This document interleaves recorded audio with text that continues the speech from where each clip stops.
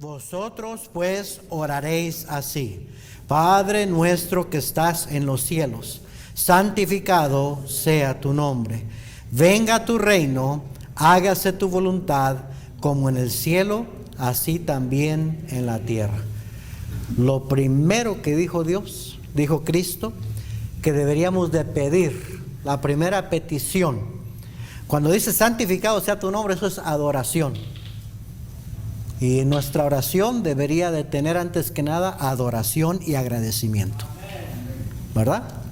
Pero inmediatamente después de adorar y agradecer a nuestro Dios por nuestra salvación, por sus misericordias que son nuevas cada mañana, por su fiel provisión, por su protección, etcétera, etcétera, lo primero que deberías de pedir es: venga tu reino.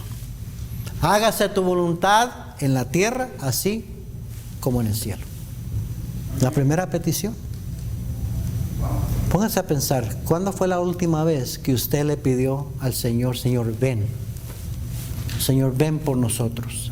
Ven por mi familia, ven por mí, ven por mi iglesia, ven por tu iglesia, Señor. Ven por los cristianos, por los salvos. Ven ya, Señor. Ya. Ven y establece tu reino aquí en la tierra.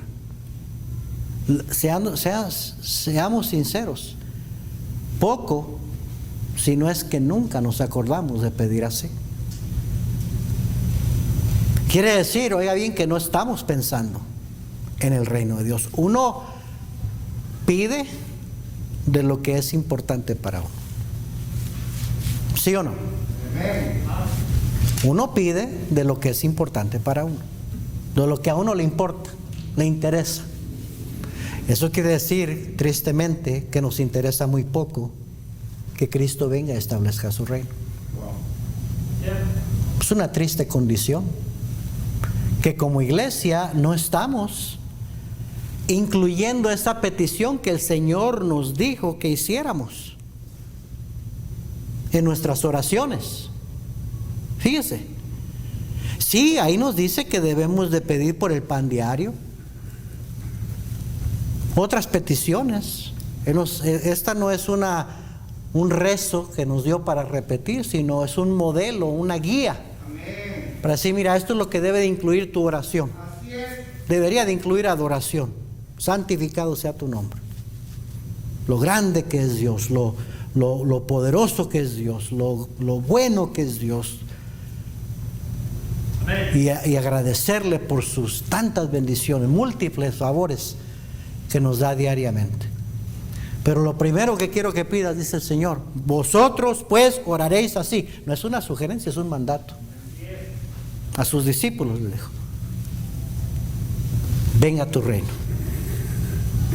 Y hermanos, quiero comenzar esta serie titulada enfocándonos en el reino. Ahorita estamos en la presente era o dispensación en que estamos, es la dispensación de la gracia. Desde que Cristo vino a nacer y a morir, cuando Él vino dijo: se ha acercado el reino de Dios. Hace 2000 años dijo Cristo que el reino ya estaba más cerca. Se apresuró el tiempo cuando Cristo vino. Era la señal más importante que estaba por cumplirse: el Mesías, el Salvador. Amén. Su nacimiento, luego su vida y su crucifixión y su resurrección entre los muertos. Y a partir de eso, hermanos, cuando Él se fue a la gloria y dejó a sus discípulos encargados la gran comisión de predicar el evangelio a toda criatura, de hacer discípulos en todo el mundo, comienza la era de la gracia, la dispensación.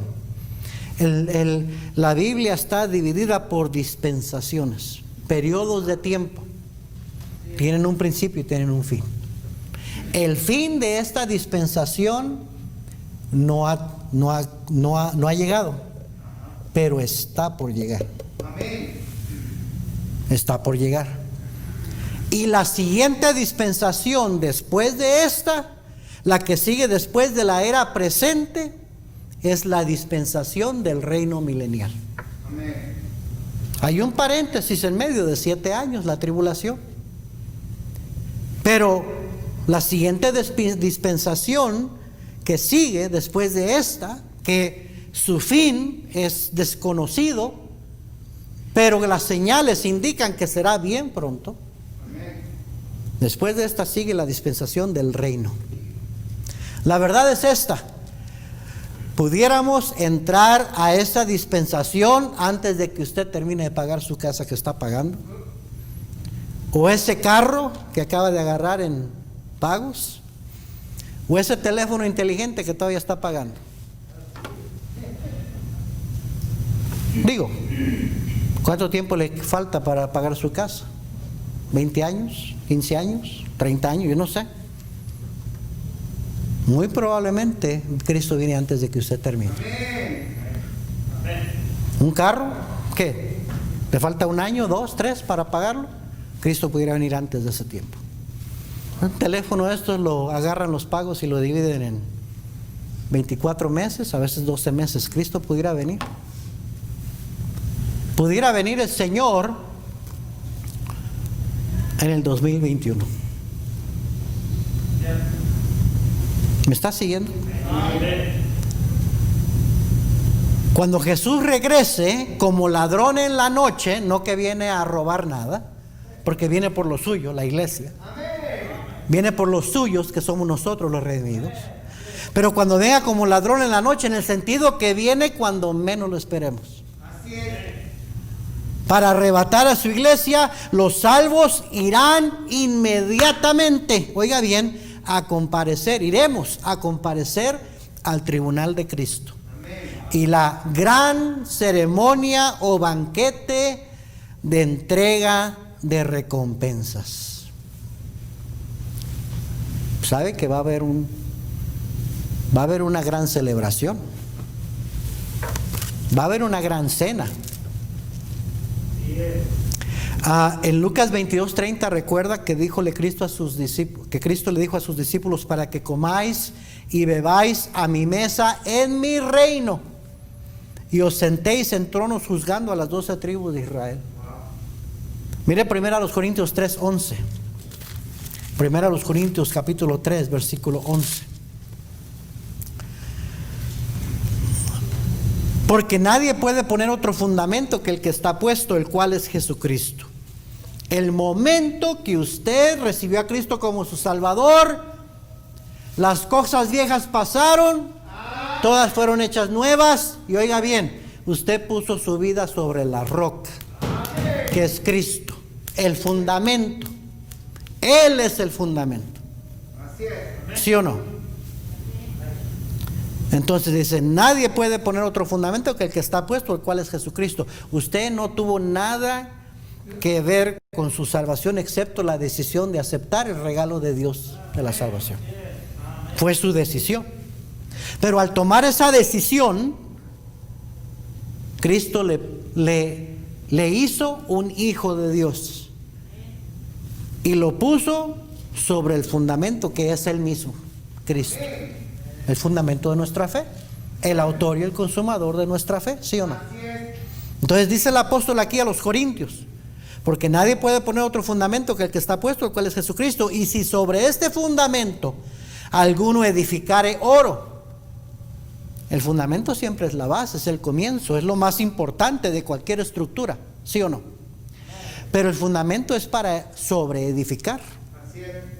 Se pone un fundamento porque se va a sobreedificar. Y típicamente el fundamento no se ve, pero eso es lo que sostiene toda la estructura. Amén. Entonces aquí el apóstol está diciendo a los Corintios: después de que recibiste a Jesucristo, tu fundamento, comenzaste a edificar otra vida diferente, ya sobre buen fundamento. Antes nuestra vida estaba sobre el fundamento, sobre un fundamento de arena.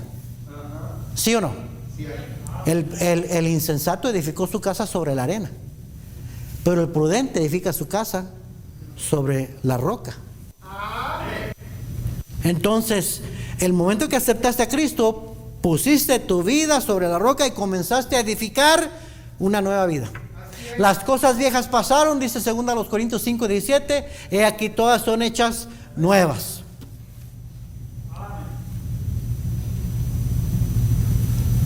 Y dice ahí en el versículo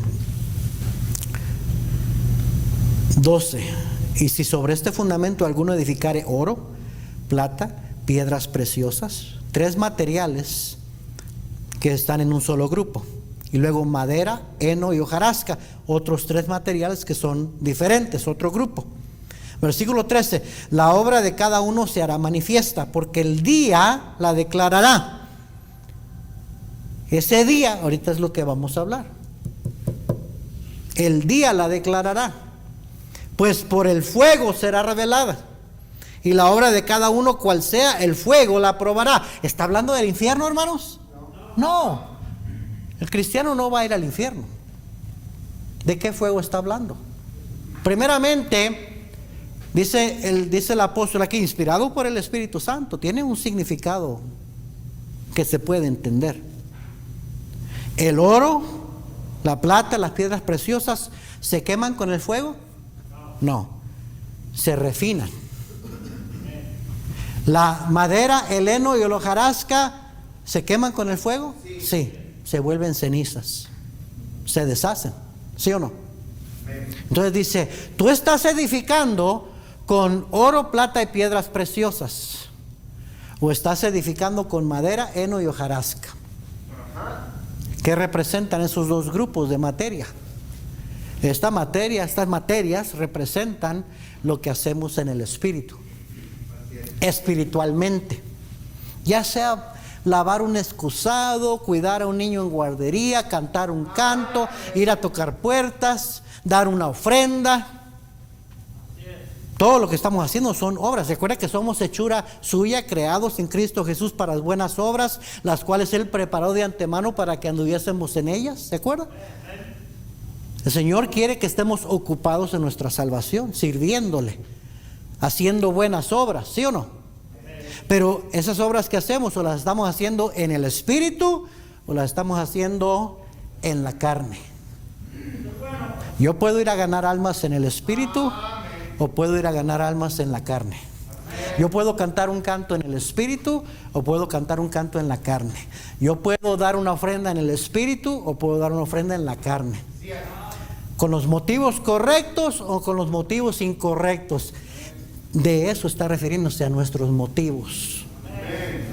No, recuerde que la Biblia dice, cada uno dé como propuso en su corazón, no por tristeza ni por necesidad, porque Dios ama al dador alegre. Entonces el Señor dice, mira, yo no veo tanto lo que das, sino cómo lo das. La Biblia dice en el Salmo 100, cantad alegres, servid a Jehová con alegría, entrad por sus puertas con ¿cómo dice? Acción de gracias. Entonces el Señor se fija no nada más en lo que hacemos, sino en cómo lo hacemos. ¿Sí o no? Entonces ahí está hablando de motivos. ¿Tú estás haciendo las cosas espiritualmente o las estás haciendo en la carne? ¿Lo estás haciendo con los motivos correctos o los motivos incorrectos? Si lo estás haciendo con los motivos incorrectos, cuando venga el fuego, ahora la pregunta es, ¿qué es ese fuego? No es el infierno. Cuando el Señor Jesucristo vemos su apariencia en Apocalipsis, su verdadera apariencia en gloria, una de las características de nuestro Señor es que sus ojos son como llamaradas de fuego. Y adivine, ¿por qué? Vamos a leer más adelante, que es el tribunal de Cristo. Él es el juez. Amén. Gloria a Dios. Y Él es el que tiene la mirada de fuego. Haga de cuenta como los detectores cuando va a entrar al aeropuerto, que ven todo. ¿Sí o no? ¿Ah? Amén. Primero eran detectores que detectaban metal, ahora tienen detectores que lo ven a uno encueradito. No, de veras. Por eso una mujer se pone a ver cuando pasa una mujer y un hombre con un hombre, por tratar de mantener algo de ¿verdad? modestia ahí, yo no sé, pero esas nuevas máquinas que tienen, porque hay gente que se oculta cosas bien ocultas. ¿Sí me está siguiendo? Y pueden pasar cosas peligrosas en un aeropuerto, un avión. Entonces esas máquinas ven todo. Ahora no ven las intenciones y no ven los pensamientos, gracias a Dios. Pero Dios sí puede ver los pensamientos y las intenciones del corazón. ¿Sí o no? Y la mirada de fuego del Señor Jesucristo va a juzgar no nada más todo lo que hicimos, sino por qué lo hicimos.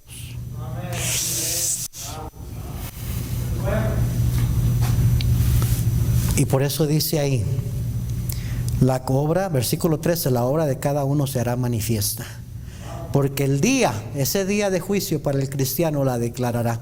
Pues por el fuego será revelada, y la obra de cada uno, cual sea el fuego, la probará. El Señor la va a probar, dice versículo 14, si permaneciere la obra de alguno. ¿Cuáles son las obras que permanecen? Oro, plata, piedras preciosas, los buenos motivos, hacerlo espiritualmente. Si la obra de alguno permaneciere, dice, si permaneciere la obra de alguno que sobreedificó, recibirá ¿qué? Recompensa. Si la obra de alguno se quemare, ¿cuáles son las obras que se queman? La madera, el heno, la hojarasca. ¿Qué representan? Los malos motivos. O hacerlo en la carne. Si se quemare, no pasan la prueba. El Señor conoce todo lo que hacemos, lo que estamos pensando, las intenciones del corazón. Si no pasa, dice, entonces dice, él sufrirá pérdida. Ahora déjeme decirle, hermano, no vamos a entrar en muchos detalles porque quiero terminar temprano, pero ni una palabra en la Biblia está ahí accidentalmente, casualmente. Creemos en inspiración verbal, eso quiere decir cada palabra fue inspirada por Dios. ¿Sí o no? Entonces cuando dice sufrirá, ¿por qué dijo sufrirá?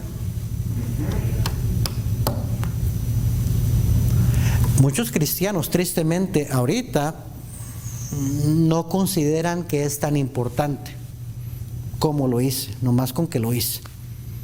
Muchos cristianos hoy en día no le dan mucha importancia a esos pasajes. Pérdida de recompensa. Dice, bueno, si no tengo muchas coronas, si no tengo muchas recompensas, con que llegue al cielo, por lo menos soy salvo. El problema es que ahorita usted piensa así porque tiene esta naturaleza carnal, pecaminosa todavía. Pero cuando ya esté en la presencia del Señor y tenga un cuerpo glorificado y sea igual que Él, o sea, semejante a Él, sea como Él es y le importe lo que a Él le importe, ahí sí le va a pesar mucho. Ahí sí nos va a pesar mucho. ¿Sí me está siguiendo, hermano? Está como cuando los hijos son jóvenes y no tienen hijos y piensan de una manera y hay muchas cosas que no les importa. Hay muchas cosas locas que hacen, riesgos que toman porque no sienten lo que un padre siente, no conocen lo que es la preocupación, no han vivido y no se han dado cuenta que sus decisiones ahorita después les va a traer lamentos, después les va a pesar, ¿sí o no? Y nosotros los que ya hemos vivido un poco más de tiempo, les decimos a veces cuando tú tengas tus hijos, ahí te va a pesar. Amén. Cuando tus hijos crezcan y te hagan lo mismo a ti, porque todo lo que el hombre sembra, eso también segará, ahí te va a pesar. Cuando ya tengas 40, 50 y empiece tu cuerpo a cosechar cómo lo maltrataste, cómo lo descuidaste, ahí sí te va a pesar. Porque con la edad y con la madurez pensamos diferente, apreciamos las cosas diferente. ¿Sí me está siguiendo? Cuando entremos a la plena madurez del cielo, a la perfección espiritual, vamos a tener una perspectiva completamente diferente. Y si ahorita no le importa mucho, allá en esa, cuando esté ante el Señor, sí le va a importar. Sí le va a pesar no haber hecho las cosas correctamente, no haber hecho más por el Señor, no haber vivido una vida más santificada, más entregada. Le va a pesar mucho. Por eso el Señor dice, sufrirá. No es casualidad esa palabra. Sufrirá pérdida. ¿Me está siguiendo, hermano? Y esa es la razón por la cual dice Apocalipsis 21 que enjugará Dios toda lágrima de ellos. Porque esto va a suceder antes de eso. Y muchos vamos a estar lamentando y llorando de oportunidades perdidas, de motivos incorrectos, de prioridades alrevesadas. Amén. ¿Me estás siguiendo? Y algunos van a recibir y otros van a perder. Y continuamos leyendo lo que dice 1 Corintios 3, versículo 14. Si permaneciere la obra de alguno que sobreedificó, recibirá recompensa. Si la obra de alguno se quemare, él sufrirá pérdida, si bien él mismo será salvo, aunque así como por fuego. ¿Se acuerdan cuando Cristo dijo, mis ovejas oyen mi voz y yo las conozco y me siguen? Amén. Y yo les doy vida eterna y no perecerán jamás. Amén. Él dijo, yo conozco los míos. ¿Se acuerda a esos que dice el Señor que un día le van a decir, Señor, Señor, pero no profetizamos en tu nombre, no hicimos milagros en tu nombre, no echamos fuera demonios en tu nombre? Y el Señor les va a decir, apartaos de mí, hacedores de maldad, no os conozco. Cuando dice que algunos serán salvos así como por fuego, dice, si eres salvo, vas a entrar al cielo como por fuego. Decían en la escuela, de panzazo, pero vas a pasar, porque la mirada del Señor sabe si tú eres de Él o no. Ajá.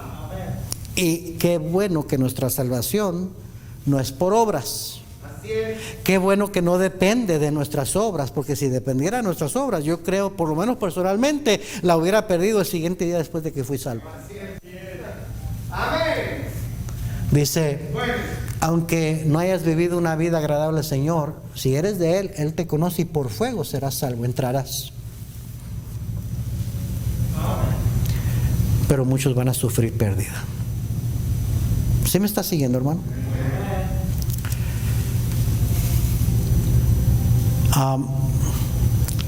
Cuando dice ahí el día la declarará, ese día está refiriéndose al tribunal de Cristo. Eso, esa palabra, el día la declarará, es el día del tribunal de Cristo. Mientras eso está sucediendo allá con el Señor, aquí en la tierra, el periodo de 7 años conocido como la gran tribulación estará llevándose a cabo, durante el cual el anticristo será elevado como líder mundial y gobernará a las naciones. Será un periodo en el cual se desatará el juicio de Dios en contra de las naciones y será tan horrible que ningún ser humano sobreviviría, dice la Biblia, al menos que fueran acortados esos días. Habrá plagas y catástrofes incomparables en la historia del planeta y todo concluirá con la gran batalla de Armagedón. Así es. Mire conmigo Mateo 24, versículo 3, y creo que tengo tiempo para leer eso. Mateo 24, versículo 3. Le dije a los muchachos que a las 8 terminábamos. Mateo 24, 3, ¿ya lo encontró? Y estando él sentado en el monte de los olivos, los discípulos se le acercaron aparte diciendo, dinos, ¿cuándo serán estas cosas? ¿Y qué señal habrá de tu venida y del fin del siglo? Le están preguntando específicamente sobre dos cosas: tu regreso, Señor, tu venida y el fin del siglo. El fin del siglo es el fin de la era. El fin del mundo como lo conocemos. ¿Sí me está siguiendo? Versículo 4, respondiendo Jesús les dijo: mirad que nadie os engañe, porque vendrán muchos en mi nombre diciendo yo soy el Cristo, y a muchos engañarán. Y oiréis de guerras y rumores de guerras. Mirad que no os turbéis, porque es necesario que todo esto acontezca, pero aún no es el fin. Les he dicho esto: el siglo XX, el siglo pasado, fue el siglo más sangriento en toda la historia. Más guerras que en toda la historia. También más aceleración de la comunicación, más aceleración de tantas cosas, la ciencia. Así como dijo Daniel en la profecía de Daniel, que todo se iba a acelerar con mucha rapidez. Yo creo esto. Yo no creo en la evolución. Yo no creo que el hombre fue tonto, fue idiota hasta el comienzo del siglo XIX, donde empezó a resultar todas estas invenciones.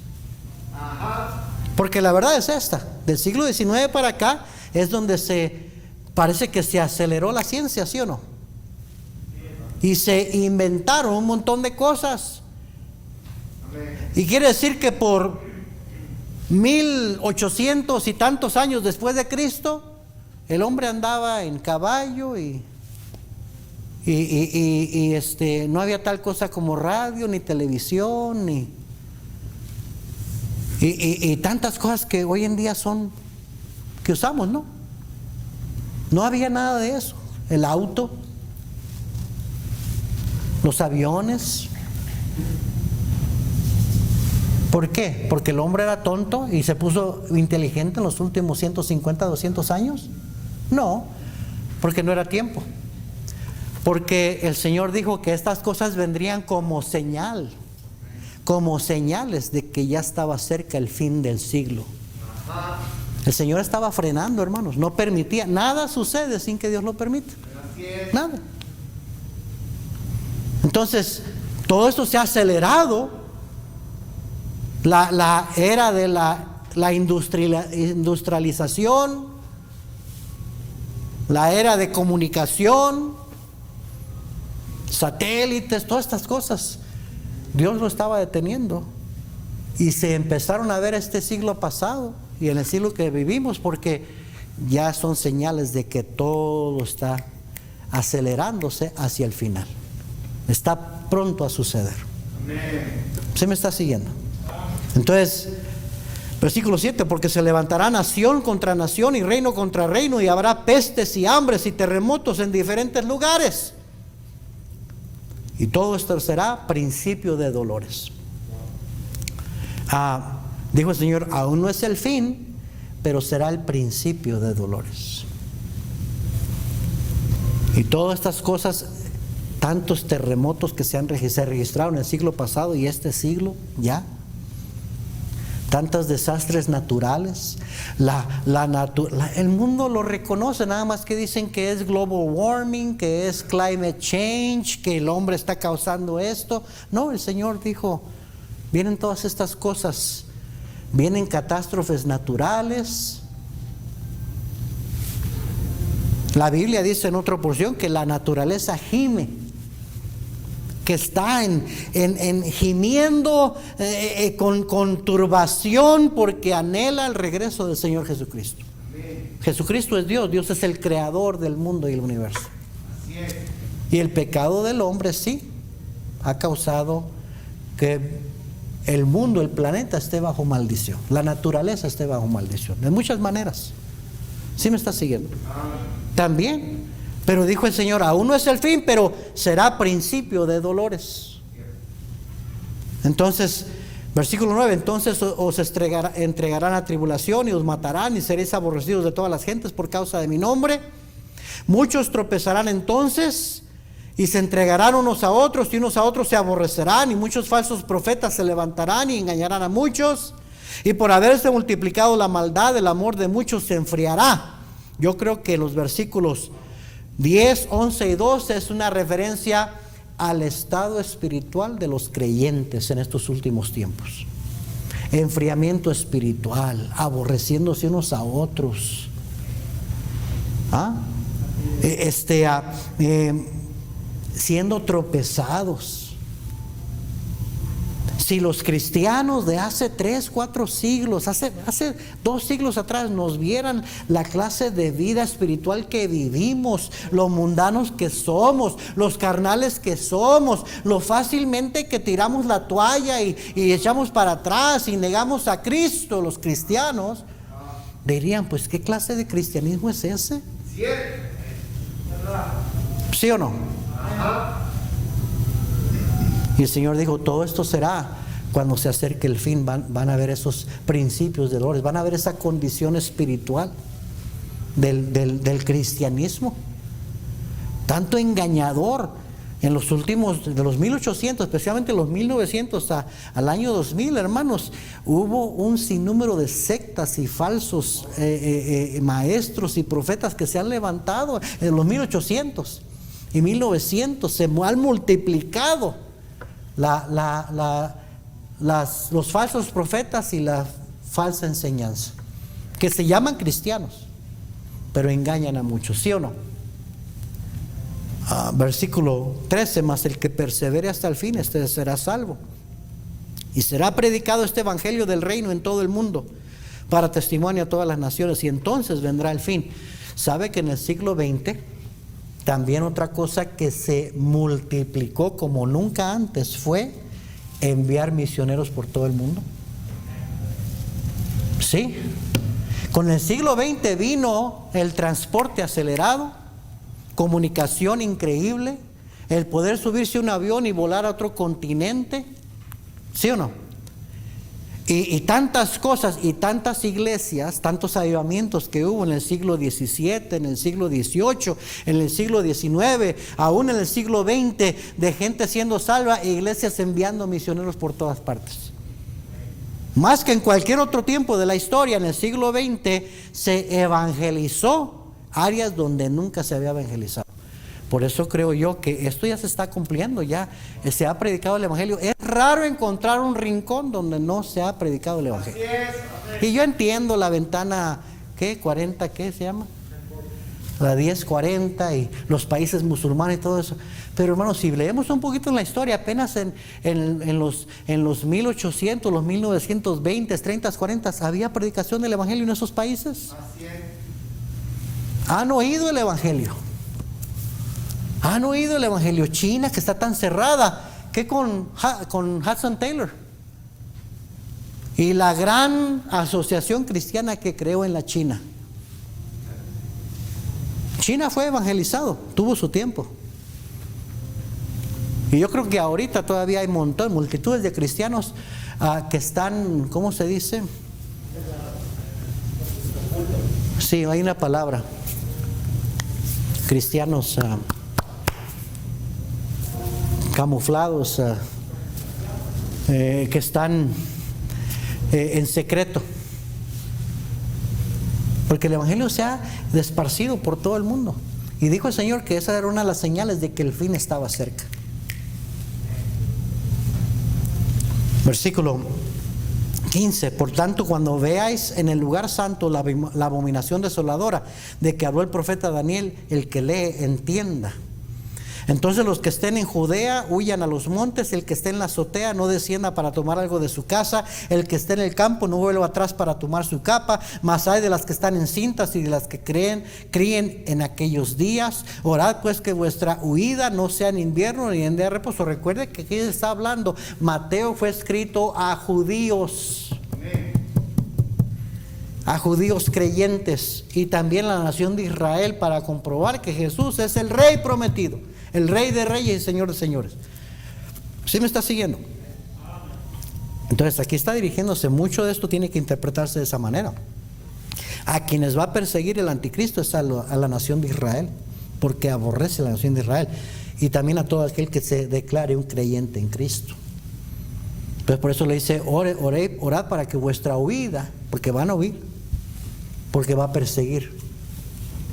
Está hablando de esa abominación desoladora, es el anticristo. Ya está hablando de ese periodo de tiempo de 7 años de tribulación. Porque habrá entonces gran tribulación, versículo 21, cual no la ha habido desde el principio del mundo hasta ahora, ni la habrá. Y si aquellos días no fuesen acortados, nadie sería salvo, mas por causa de los escogidos aquellos días serán acortados. Entonces, si algunos dijeren, mirad, aquí está el Cristo, mirad, ahí está, no le creáis, porque se levantarán falsos cristos y falsos profetas y harán grandes señales y prodigios, de tal manera que engañarán, si fuere posible, aún a los escogidos. Ya os lo he dicho antes. Así que si os dijeren, mirad, está en el desierto, no salgáis, o mirad, está en los aposentos, no lo creáis, porque como el relámpago que sale del oriente y se muestra hasta el occidente, así también será la venida del Hijo del Hombre. Porque donde quiera que estuviera el cuerpo muerto, ahí se juntarán las águilas. Si usted lee Apocalipsis, se va a dar cuenta que esa batalla de Armagedón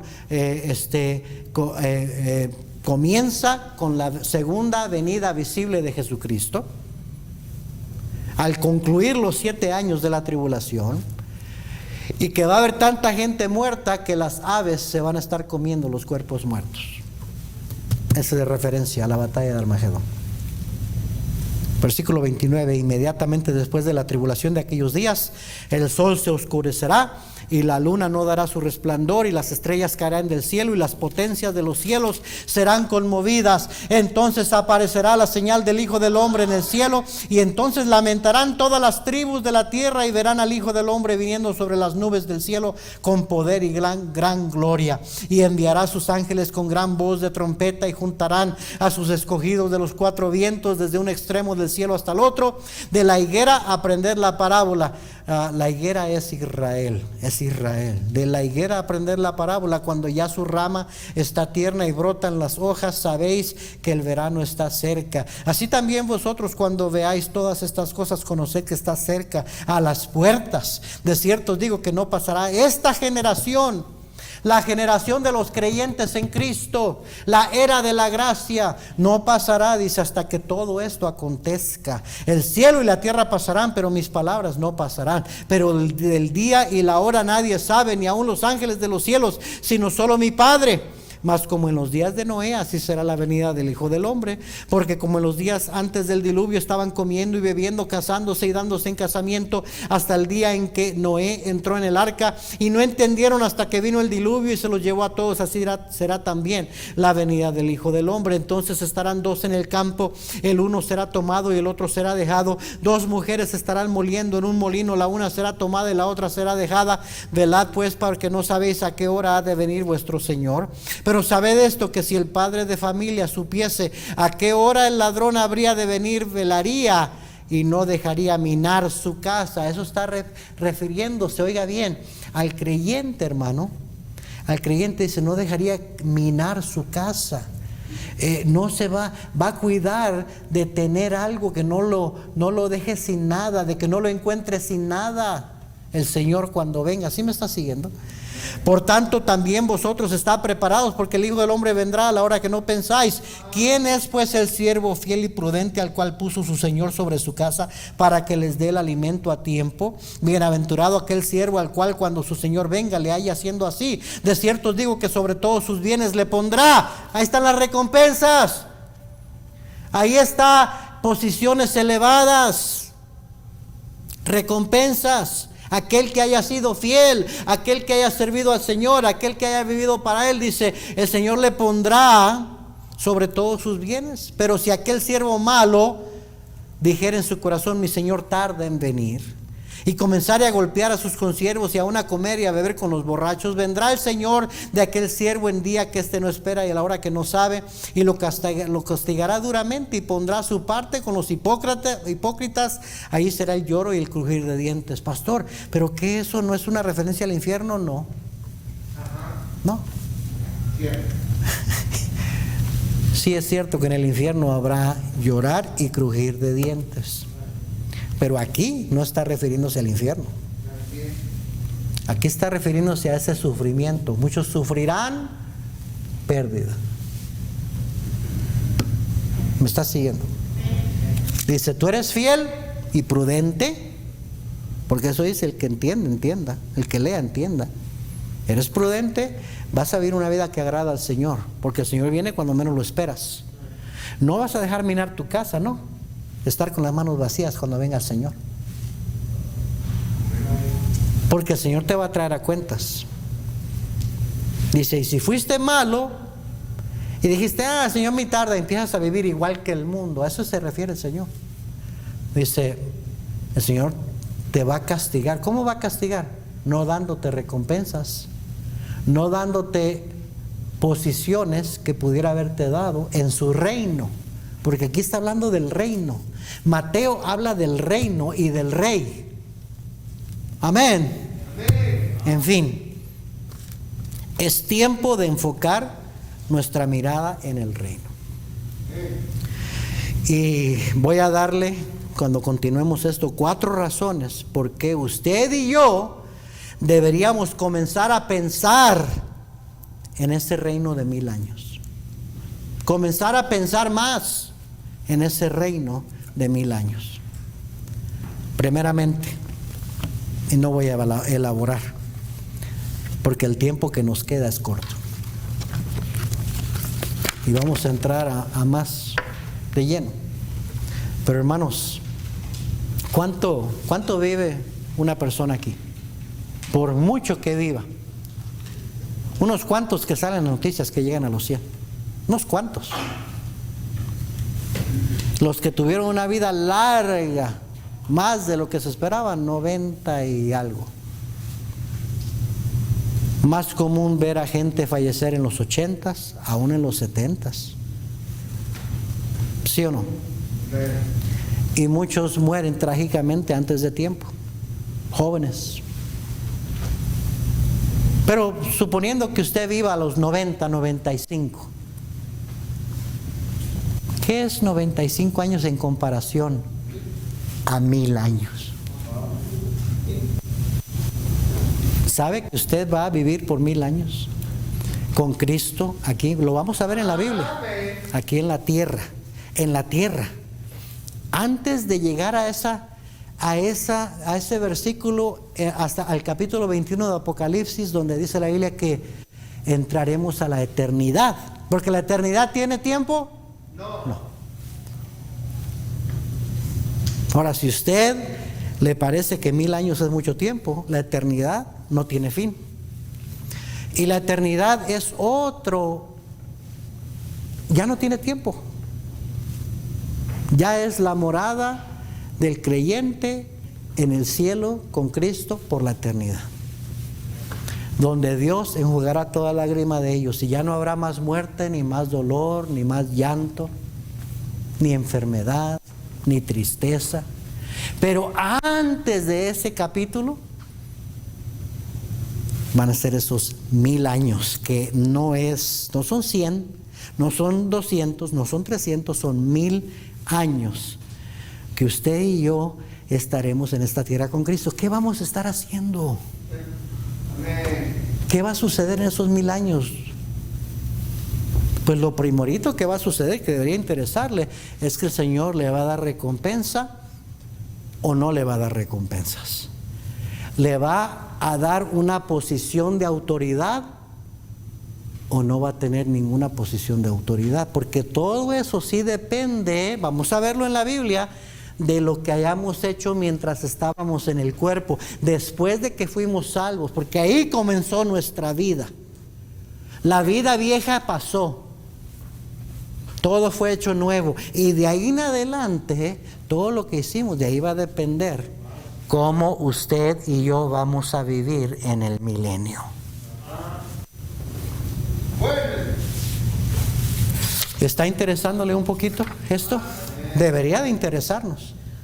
Algo tan importante, tan consecuencial, tan largo como 1000 años, y nuestra relación con el Señor durante esos 1000 años y aquí en esta tierra, debería de interesarnos. Y si empezamos a enfocarnos en el reino, esto es lo que va a suceder. Vamos a tener la motivación correcta para empezar a vivir una vida más piadosa, más entregada, más sincera, a cuidar más nuestros motivos, a tratar de cuidar más nuestro tiempo porque el tiempo es corto. Y la Biblia dice redimiendo el tiempo. La Biblia dice aprovechando bien el tiempo porque los días son malos. Porque el Señor viene cuando menos esperamos. Y ya las señales indican que el Señor viene bien pronto. ¿Sí o no? ¿Cómo estamos viviendo? Le digo, ¿cuándo fue la última vez que usted pidió, venga a tu reino, Señor? Pedimos lo que es importante para nosotros. Y si no estamos pidiendo eso es porque francamente no le damos importancia. Y el propósito de esta serie, ¿sabe para qué es? Para que usted y yo le demos importancia. Porque tiene que ver con nosotros, cómo vamos a vivir durante esos 1000 años. Amén, hermanos. Todo lo que hacemos en la vida cristiana va a tener consecuencias buenas o malas en el milenio. Piense, piense. No se pierda estos mensajes. Haga todo lo posible por llegar. Y venga con hambre, con deseo de aprender, porque esto aplica para todos. Y cómo usted está viviendo su cristianismo va a afectar cómo sus hijos vivan su cristianismo y sus nietos y sus bisnietos después de usted. ¿Sí o no? Vamos a orar, hermanos. Señor, gracias por tu palabra.